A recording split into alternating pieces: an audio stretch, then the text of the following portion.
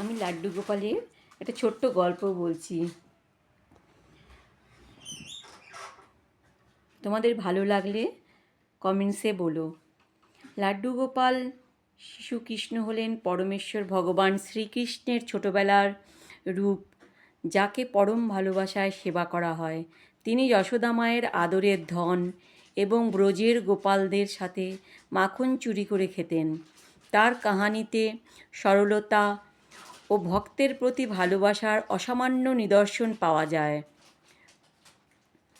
লাড্ডু গোপালের ছোট ছোট কাহানি আপনাদেরকে বলছি। লাড্ডু গোপালের জন্ম ভাদ্র মাসের কৃষ্ণপক্ষের অষ্টমী তিথিতে মথুরার কারাগারে শ্রীকৃষ্ণের জন্ম হয়। গোবিন্দ বাসুদেব শিশু কৃষ্ণকে রাতে যমুনার ওপারে গোকুলের নন্দালয়ে রেখে আসেন। মাখন চুরি।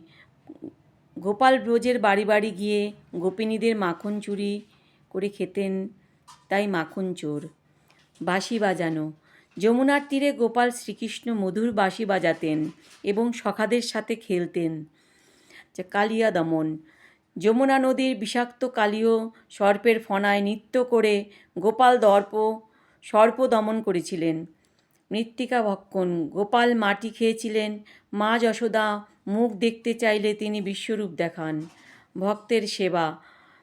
লাড্ডু গোপাল ভক্তের নিঃস্বার্থ ভালোবাসায় বাধা পড়েন এবং নিজে হাতে সেবা গ্রহণ করেন। ছোট্ট শিশু। লাড্ডু গোপালকে ঘরের ছোট সন্তানের মতো পালনা করবেন। জয় শ্রীকৃষ্ণ। লাড্ডু গোপালের এই গল্পটা ভালো লাগলে আপনারা কমেন্টসে জানাবেন। ভিডিওটা এখানেই শেষ করছি। জয় শ্রীকৃষ্ণ।